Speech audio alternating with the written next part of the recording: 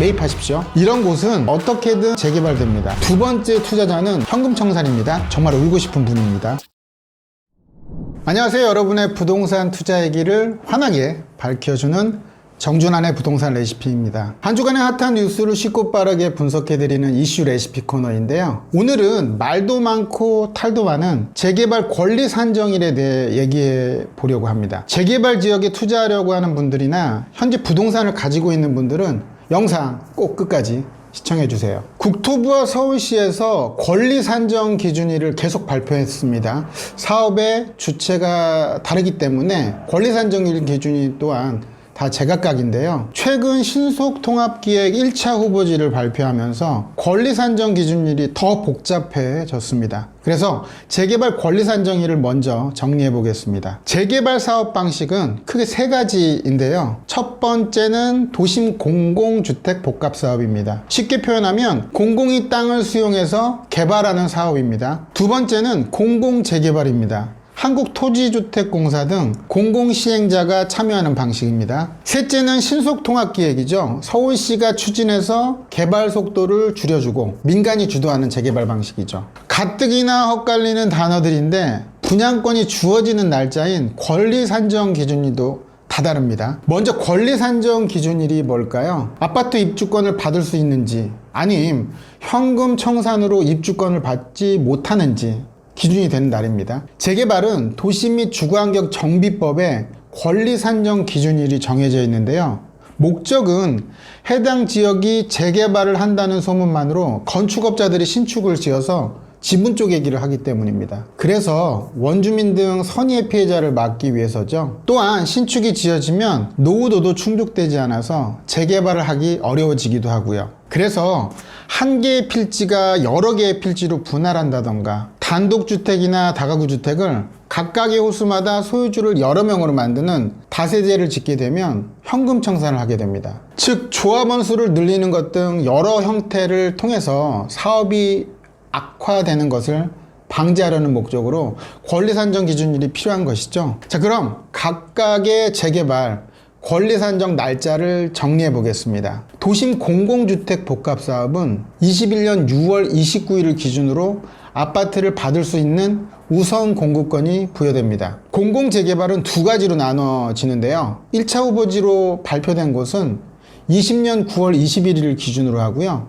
2차 후보지인 곳은 21년 12월 31일이 기준이 됩니다. 서울시가 추진 중인 신속통합기획 1차 후보지는 21년 9월 23일이 기준이고요. 향후 추가 모집 중인 곳은 22년 1월 28일 이전까지 등기 접수를 마친 주택만 아파트를 받을 수 있습니다. 그럼 이번에 신속통합기획 1차 발표 및 향후 추가 발표될 상황에서 권리산정 기준일은 원주민과 투자자 입장이 달라지는데요. 각각의 입장별 상황을 정리해 보겠습니다. 자, 원주민 입장을 먼저 보겠습니다. 큰 건물을 가지고 있는 예를 들어 단독주택 등 토지의 크기가 큰 원주민은 피해 폭이 줄어들겠죠. 권리산정 기준일이 벌써 정해져 있기 때문에 앞서도 얘기한 지분 쪼개기는 안 생길 테니까요. 투자자는 두 가지로 분류해 볼게요. 첫 번째 투자자는 권리산정 기준일 이전에 잔금을 치른 분입니다. 신속통합기획으로 발표만 돼도 몇 억은 오르니까 단기간 투자로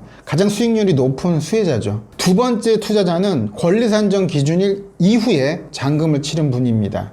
현금 청산입니다. 정말 울고 싶은 분입니다. 세 번째는 권리산정 기준일 이후에 실거주 목적으로 집을 매입했거나 건축업자가 집을 지어서 분양을 목적으로 한 분들도 있겠죠. 그리고 이것을 매입한 분들 또한 심각한 문제가 발생합니다. 자, 그럼 재개발 투자를 생각하는 분들은 어떻게 해야 할까요? 첫째, 리스크를 감수할 수 있고 자금적으로 여유가 있는 사람이라면 매입하십시오. 단, 향후 신속통합기획 추가 모집 중인 곳에 투자하되 1월 28일 이전까지 반드시 등기를 완료해야 합니다. 안 그러면 현금 청산되니까요. 둘째, 신속통합기획이 추가 발표가 안 될 곳 중에 사업성이 우수한 곳에 매입하세요. 이런 곳은 장기적으로 어떻게든 재개발됩니다. 여기서 사업성이 우수한 곳은 노후된 곳 중에 소유주가 적은 곳을 말합니다. 셋째, 스트레스에 민감한 심약자분들, 예컨대 오늘 계약하고 잘 샀는지 못 샀는지 고민하는 분들이 있습니다. 이런 분들은 분명히 재개발이 돼도 안 돼도 늘 불안합니다. 재개발은 해야 하는 것이니까요. 신속 통합기획으로 후보지가 선정됐다 해서 다 개발하는 것은 아닙니다. 잘 가다가 무산되는 곳도 허다하니까요. 마지막으로 이렇게 집값이 오른 것은 정부의 오락가락하는 정책이 가장 큰 원인이죠.